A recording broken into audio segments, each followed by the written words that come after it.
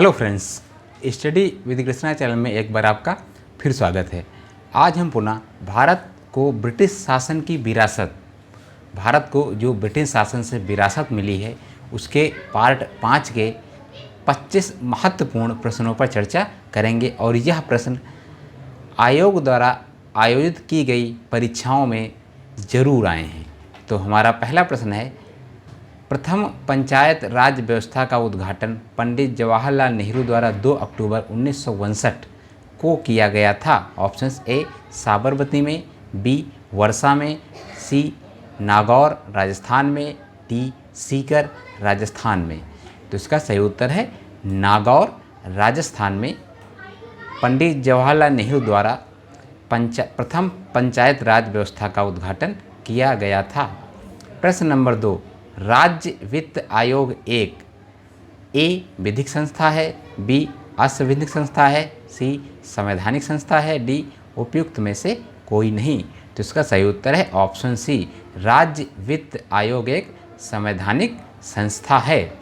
प्रश्न नंबर 3, पंचायती राज व्यवस्था अपनाई गई थी। ऑप्शंस ए लोगों को राजनैतिक जागरूकता प्रदान करने के लिए, बी लोकतंत्र की शक्तियों के विकेंद्रीकरण के लिए, सी कृषकों को शिक्षित करने के लिए, डी उपयुक्त में से कोई नहीं। तो इसका सही उत्तर है ऑप्शन बी, लोकतंत्र की शक्तियों के विकेंद्रीकरण के लिए पंचायती राज व्यवस्था अपनाई गई थी।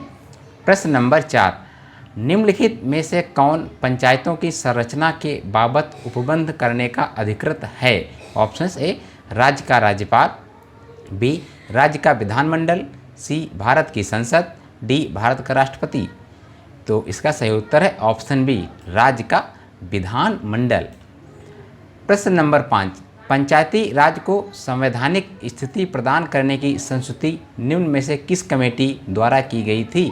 ऑप्शन से LM Singhvi committee, B Balwant Rai Mehta committee, D Rao committee, D Ashok Mehta committee. तो इसका सही उत्तर है option A, LM Singhvi committee के द्वारा पंचायती राज को संवैधानिक स्थिति प्रदान करने की संस्तुति प्रदान की गई थी या इनके द्वारा सिफारिशें की गई थी।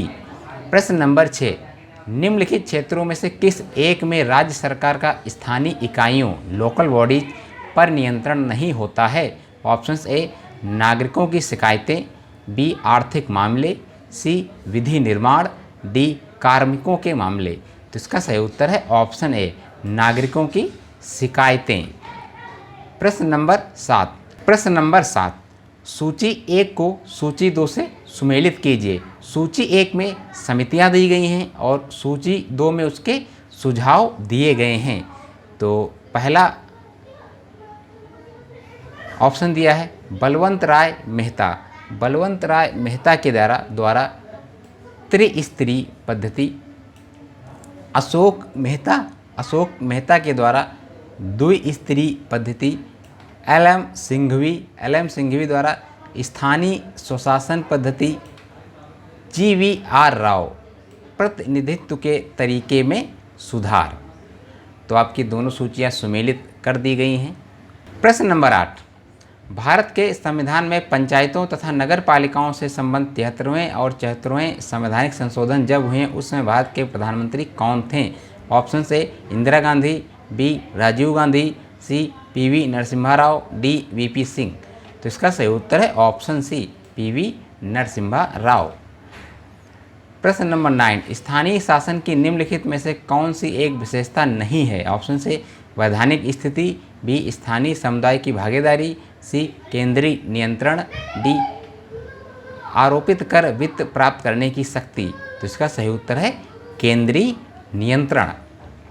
प्रश्न नंबर 10, संविधान के अंतर्गत पंचायतों में महिलाओं के 1/3 प्रतिनिधित्व की गारंटी कौन सा अनुच्छेद देता है। ऑप्शंस ए अनुच्छेद 243 गा, बी अनुच्छेद 243 घा, सी अनुच्छेद 243 जा, डी अनुच्छेद 243 झा। तो इसका सही उत्तर है ऑप्शन बी, अनुच्छेद 243 घा के द्वारा महिलाओं को 1/3 प्रतिनिधित्व की गारंटी ये अनुच्छेद देता है। प्रश्न नंबर 11, ग्राम सभा का अभिप्राय है। ऑप्शन ए एक पंचायत क्षेत्र के लोग, बी जिला अधिकारी से अभिसूचित विशिष्ट लोग, सी ग्राम स्तर के पंचायत क्षेत्र के निर्वाचक नामावली में पंजीकृत लोग, डी पंचायतों के सदस्य। तो इसका सही उत्तर है ऑप्शन सी, ग्राम स्तर के पंचायत क्षेत्र के निर्वाचक नामावली में पंजीकृत लोग जो होते हैं वो ग्राम सभा का निर्माण करते हैं। प्रश्न नंबर 12, पंचायत राज का मुख्य उद्देश्य क्या है? ऑप्शन ए कृषि उत्पादन को बढ़ाना, बी रोजगार बढ़ाना, सी लोगों की राजनीतिक जागरूकता को बढ़ाना, डी लोगों को विकास मूलन प्रशासन में भागीदारी के योग्य बनाना। तो इसका सही उत्तर है ऑप्शन डी, लोगों को विकास मूलन प्रशासन में भागीदारी के योग्य बनाना। प्रश्न नंबर 13, उत्तर प्रदेश में पंचायती राज संस्थाओं में महिलाओं के लिए आरक्षित स्थानों की संख्या कितनी है? ऑप्शन ए कुल स्थानों का 1/3, बी महिलाओं की आबादी के अनुपात में, सी कुल स्थानों का 1/4, डी परिस्थितियों की आवश्यकता अनुसार। तो इसका सही उत्तर है ऑप्शन ए, कुल स्थानों का 1/3। प्रश्न नंबर 14, नगर क्षेत्र को निर्धारित करने हेतु निम्नांकित निष्कर्षों में से कौन सा भारत की जनगणना के अनुसार सही नहीं है? ऑप्शन से जो नगर पालिका अथवा नगर निगम अथवा छावनी बोर्ड अथवा अनुसूचित एरिया कमेटी के अंतर्गत हो, बी जिसकी जनसंख्या कम से कम 5000 हो, सी जिसकी कम से कम 60% पुरुष जनसंख्या आकृषि कार्यों में लगी हो, डी जहां जनसंख्या का घनत्व कम से कम 400 व्यक्ति प्रति वर्ग किलोमीटर हो। तो इसका सही उत्तर है ऑप्शन सी, जिसकी कम से कम 60% पुरुष जनसंख्या आकृषि कार्यों में लगी हो या मतलब खेती ना करते हों। प्रश्न नंबर 15, पंचायत समिति के सदस्य। ऑप्शन ए जनता द्वारा प्रत्यक्ष रूप से चुने जाते हैं, बी पंचायत के सदस्यों द्वारा मनोनीत किए जाते हैं, सी जिलाधिकारी द्वारा मनोनीत किए जाते हैं, डी खुली प्रतियोगिता के आधार पर भर्ती किए जाते हैं। इसका सही उत्तर है ऑप्शन ए, जनता द्वारा प्रत्यक्ष रूप से चुने जाते हैं। ये पंचायत समिति के जो सदस्य होते हैं जनता द्वारा प्रत्यक्ष रूप से चुने जाते हैं। पंचायत चुनाव होते हैं ऑप्शन ए प्रत्येक 4 वर्षों में, बी प्रत्येक 5 वर्षों में, सी प्रत्येक 6 वर्षों में, डी सरकार की इच्छा अनुसार। तो इसका सही उत्तर है प्रत्येक 5 वर्ष के बाद पंचायत चुनाव होते हैं। प्रश्न नंबर 17, 73वां संविधान संशोधन अधिनियम 1992 निर्दिष्ट करता है। ऑप्शन ए ग्रामीण क्षेत्रों में बेरोजगारी एवं अल्प रोजगार वाले पुरुषों एवं महिलाओं के लिए अर्जक रोजगार का सृजन, बी मंद कृषि मौसम की अवधि में सहायतार्थी तथा कार्य हेतु इच्छुक समर्थ वयस्कों के लिए रोजगार का सृजन, सी देश में मजबूत एवं जीवंत पंचायती राज संस्थाओं की बुनियाद रखना, सी डी जीवन के अधिकार, व्यक्ति की स्वतंत्रता एवं सुरक्षा, विधि के समक्ष समता एवं बिना भेदभाव की सुरक्षा की गारंटी। तो इसका सही उत्तर है ऑप्शन सी, देश में मजबूत एवं जीवंत पंचायती राज संस्थाओं की बुनियाद रखना। ये 73वां संविधान संशोधन अधिनियम 1992 में निर्दिष्ट करता है। प्रश्न नंबर 18, किस ब्रिटिश शासक के समय सर्वाधिक देशी राज्य ब्रिटिश भारत में मिलाए गए? ऑप्शन से Lord Wellesley, B Lord Hastings, C Warren Hastings, D Lord Dalhousie. तो इसका सही उत्तर है ऑप्शन डी, लॉर्ड डलहौजी द्वारा सर्वाधिक देशी राज्य ब्रिटिश भारत में मिलाए गए। प्रश्न नंबर 19, निम्नलिखित में से किसे सबके बाद अधिकार में लाया गया? Option A Sindh, B Punjab, C Awadh, D Assam. तो इसका सही उत्तर है ऑप्शन सी, अवध को निम्नलिखित में सबसे बाद में ब्रिटिश भारत में शामिल किया गया था। प्रश्न नंबर 20, अन्य रजवाड़ों के भारत में विलय के बाद किन 3 राज्यों ने भारत में शामिल होने को विलंबित किया? ऑप्शंस ए जूनागढ़, मैसूर एवं जम्मू व कश्मीर, बी जूनागढ़, हैदराबाद व जम्मू व कश्मीर, सी जूनागढ़, कपूरथला, जम्मू व कश्मीर, डी हैदराबाद, उदयपुर और ट्रावनकोर। तो इसका सही उत्तर है ऑप्शन बी, जूनागढ़, हैदराबाद, जम्मू व कश्मीर ने भारत में शामिल होना विलंबित किया था। प्रश्न नंबर 21, भारतवर्ष के विभाजन के समय ब्रिटिश भारत के निम्नलिखित में से किस एक प्रांत ने एक संयुक्त एवं स्वतंत्र अस्तित्व के लिए योजना सामने रखी? Option A Punjab, B Assam, D Bengal, D Bihar. तो इसका सही उत्तर है पंजाब।